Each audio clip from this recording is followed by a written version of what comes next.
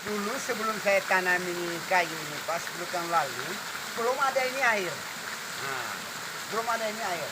Jadi sekarang ini air ini karena memang ah, sudah hampir 13 tahun ini kayu ini timbul mata air baru di sini.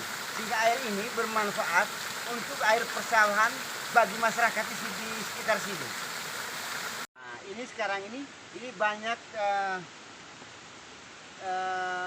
timbul mata air yang baru. Nah, setelah 13 tahun, setelah 13 tahun hutan kota ini, sekarang mata airnya timbulnya di mana-mana. Sehingga masyarakat di sini atau petani di sekitar sini mereka sangat bahagia untuk mengaliri mereka punya air persawahan.